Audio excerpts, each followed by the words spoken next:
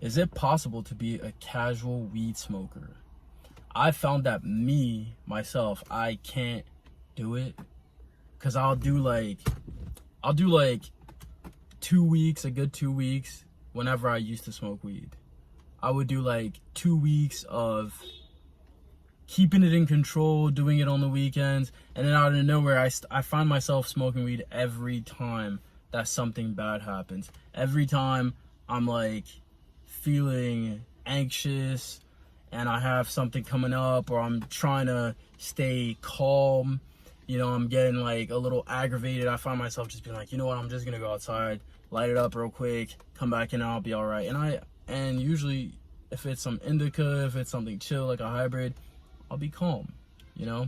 But I find that if I try to be a casual weed smoker, I end up doing it overboard, doing it way too much.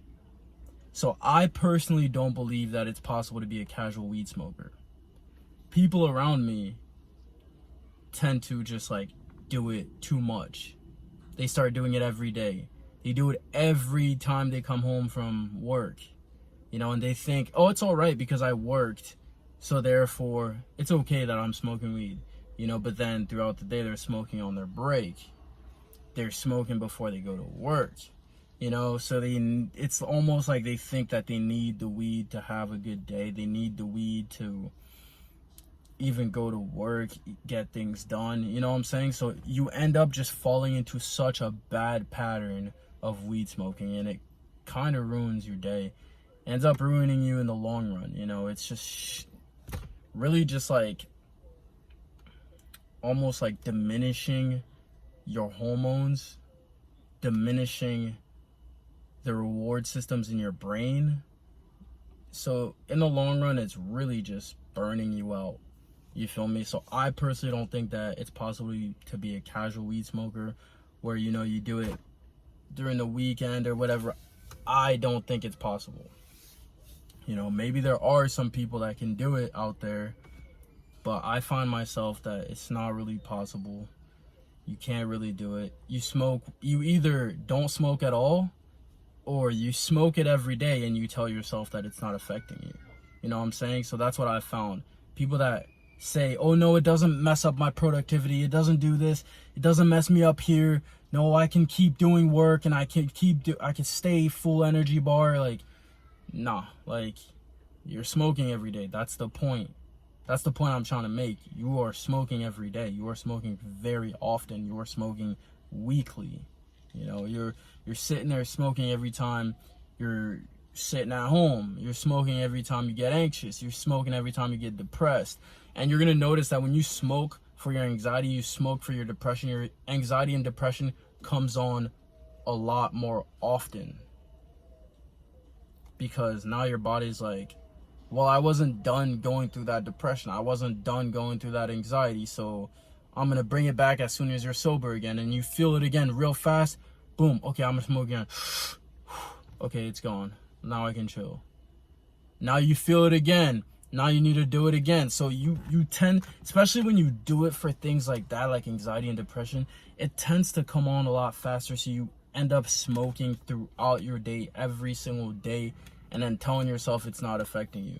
When a little bit of anxiety and a little bit of depression is not so bad for you, because it can push you to realize, oh, this anxiety and depression is just a notification that I need to do something, that I need to do something that makes me happy, that I need to go outside, that I need some sun, that I need to breathe deeper into my belly. Maybe I need to read the books that I love to read, that inspire me to love, that inspire me to be a greater person in life.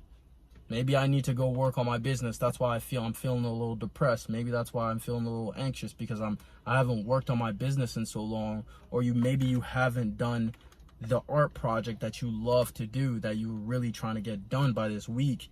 You're not doing the work that you're supposed to be doing. Even if it's not physical work, it may be like the inner work, the healing that you truly need to be doing, because using a substance is really just like a band-aid.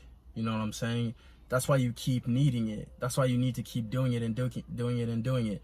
That's why, like, I say, like, real psychedelics, they are different from smoking weed, doing alcohol, doing things like that, because you could do a psychedelic one time and you may never need to do it again.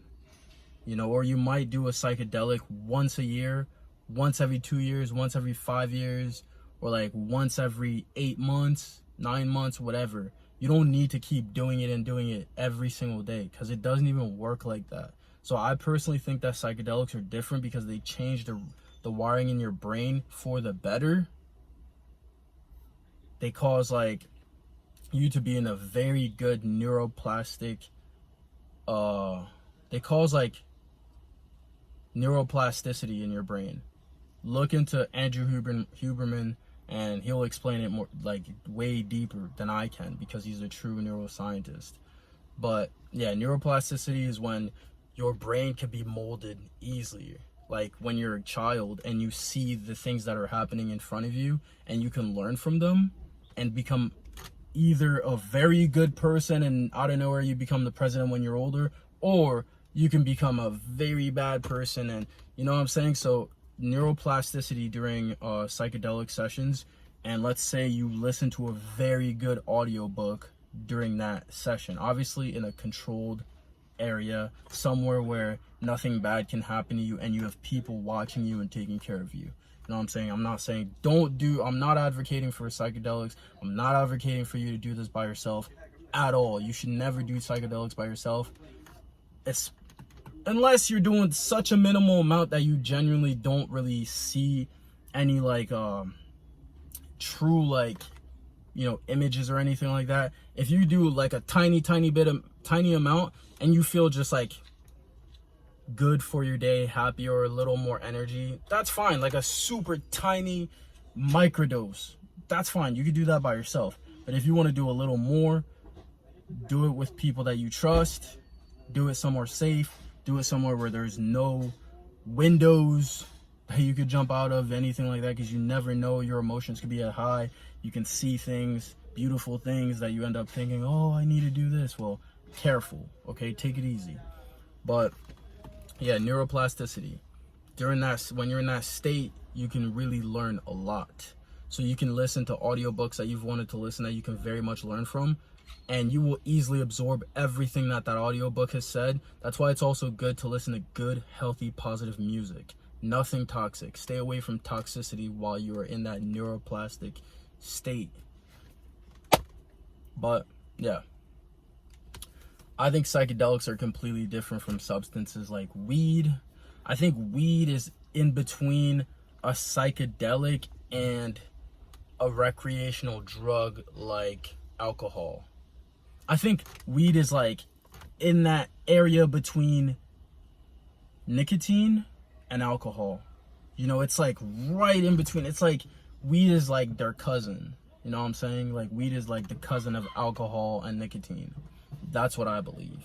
It's like very much so for fun. You know, there's a lot of people using it for ailments, because the plant could be used for many different things. It's not just to get high. There's a lot of science that backs it for cancer, you know, Alzheimer's, and many different things.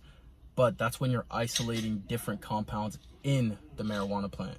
So you can't just say smoking weed is good for you. No, like, you need to look at the specifics of why this plant is good for you and what are the actual compounds that make it good for you, because they all have different levels of different compounds: THCA, THC, CBD, CBN, all these different things. You know, we could get into that and talk about it all day, but it depends on what you're using it for.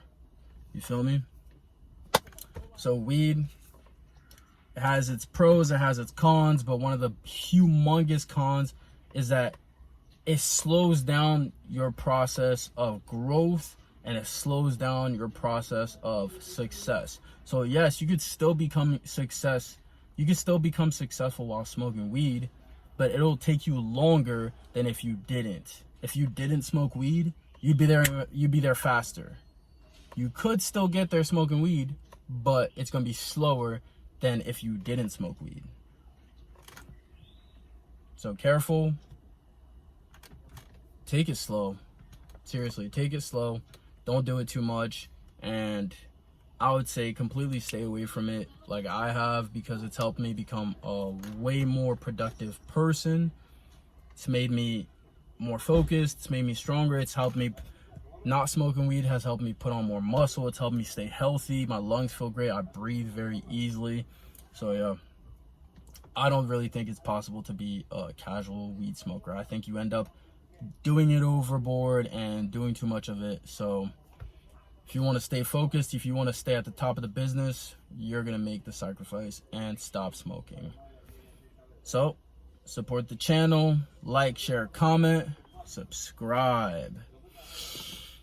Peace.